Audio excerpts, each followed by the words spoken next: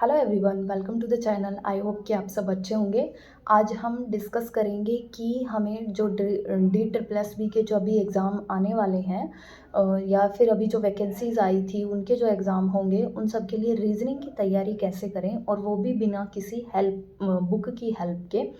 क्योंकि जो बाकी के जो सब्जेक्ट्स होते हैं, हिंदी हो गया, इंग्लिश हो गया, उन सब के लिए कोई ना कोई हमें स्पेसिफिक या बुक मिल जाती है। जैसे कि हिंदी के हमने अपनी वीडियो में हिंदी के लिए डिस्कस किया था कि लुसेंट की ठीक रहती है, या फिर जो आपको अपने अकॉर्डिंग ठीक लगे। क्योंकि वो बाकी जो सब्जेक्ट्स होते हैं वो तो हम पीछे 10th तक क्लास में सभी पढ़ के आते हैं, लेकिन रीजनिंग हमें पहले क्लासेस में नहीं पढ़ाया जाता है, क्योंकि एक मेंटल एबिलिटी चेक की जाती है हमारी। तो ये हमने पहले सीखा नहीं होता, इसलिए हमें इसकी कोई स्पेसिफिक बुक भी नहीं। लेकिन ऐसे तो मिल भी जाएंगे अभी प्रैक्टिस के लिए, तो उनमें आपको बुक तो मिल जाएंगी, उनमें कुछ नहीं होगा। बस यही है कि आपके प्रीवियस ईयर क्वेश्चंस उठा के और वहीं पे डाल दिए गए हैं, आपको प्रैक्टिस करनी है। मेन यही है कि इस सब्जेक्ट में प्रैक्टिस की आपको ज़्यादा ज़रूरत है। ये नहीं है कि आपने एक बार ये टॉपिक, ये रीडिंग वाला सब्जेक्ट नहीं है। मान लो हिंदी में आपको कोई डेफिनेशन याद करनी है, किसी भी वर्ड की करनी है, या फिर तत्सम तद्भव देखना है, इसमें ये होता है, इसमें आपकी प्रैक्टिस पे होता है सारा खेल। इसमें ये नहीं, आप जितना किसी भी चीज़ की प्रैक्टिस करो, किसी भी टॉपिक की प्रैक्टिस करोगे, उससे ही होगा। एक बार में तो ये थ्योरेटिकल तो है नहीं कि आपने पढ़ लिया और हो गया।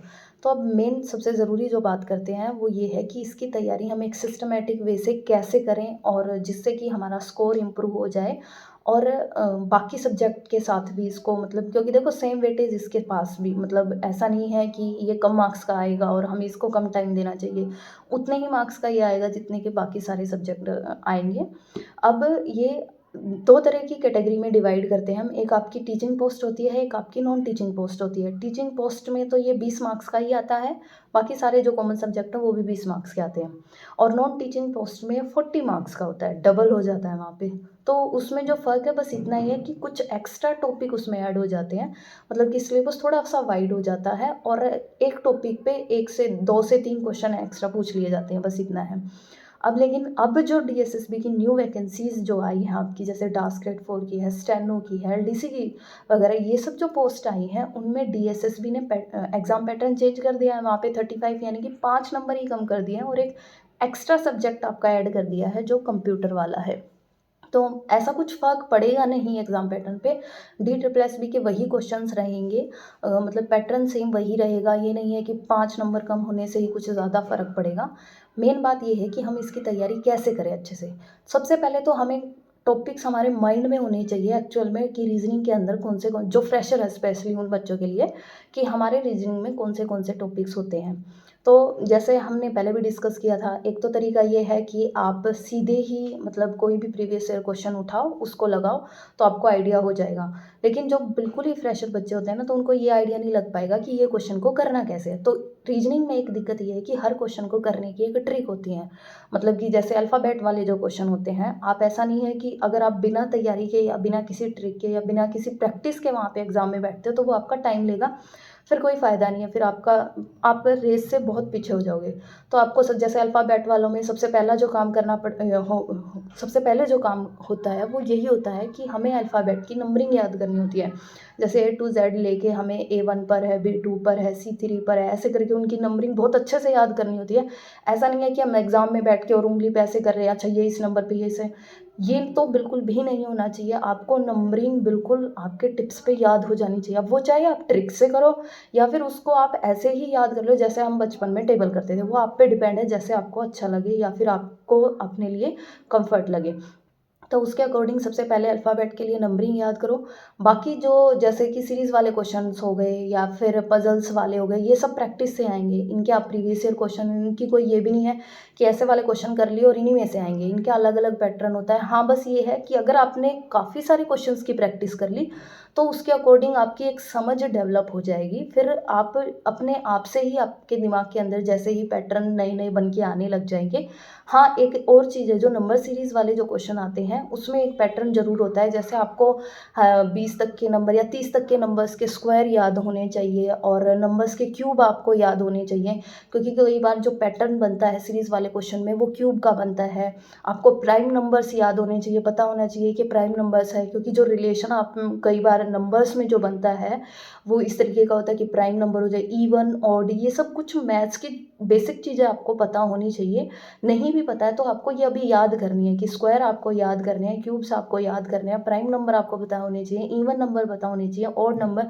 इसमें ये भी यूज़ होता है कि एडिशन कैसे किसको, मतलब ये थोड़ी समझ यहाँ बनानी पड़ेगी, और वो समझ बनाने का एक ही तरीका है कि आपको अपने प्रीवियस ईयर क्वेश्चंस की प्रैक्टिस करनी पड़ेगी।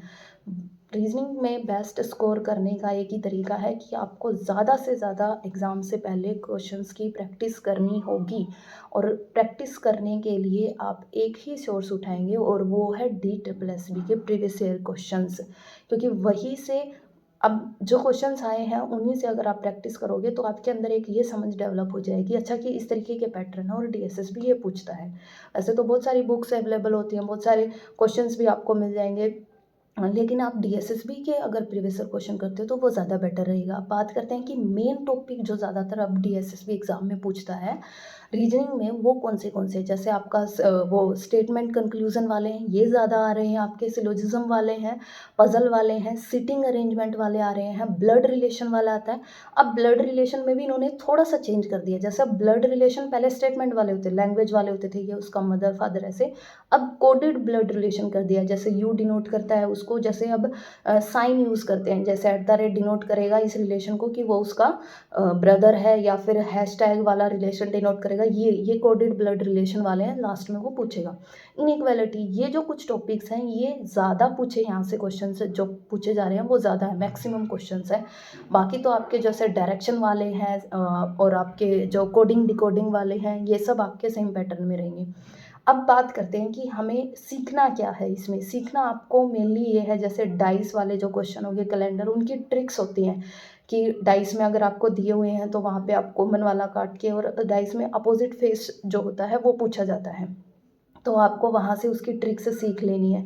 एक दो वीडियो किसी पर्टिकुलर टॉपिक की आप उठा के और देख के उसको एक बार सीख के फिर उसकी प्रैक्टिस कर सकते हो। ये नहीं है कि आप एक वीडियो से ही किए जा रहे हो, फिर उसमें आपका सारा टाइम निकल जाएगा। आपको अगर, और ये सब कैसे पता चलेगा कि हमें क्या करना है, कि हमें ये टॉपिक सीखना है या नहीं ये सीखना है, उसका बेस्ट तरीका हम पहले भी डिस्कस कर चुके हैं। एक ही तरीका है, आप स्टार्टिंग अपनी तैयारी की स्टार्टिंग ही इस चीज़ से करें कि DSSB के जो प्रीवियस ईयर क्वेश्चन पेपर किसी भी टेलीग्राम चैनल पे आपको अवेलेबल हो जाएंगे आसानी से, आप वो उठा लीजिए। सबसे पहले आप 2 से 3 पेपर, अगर आप नॉन टीचिंग पोस्ट के लिए आपने अप्लाई किया है तो आप उसी के उठाइए, 40-40 करके आप 2 पेपर मतलब कि आप 200 मार्क्स के 2 पेपर लगाइए, 1 दिन में लगाइए, 2 दिन में लगाइए, जैसा आपको अपने लिए कंफर्ट लग रहा है उसके अकॉर्डिंग आप पेपर लगाइए।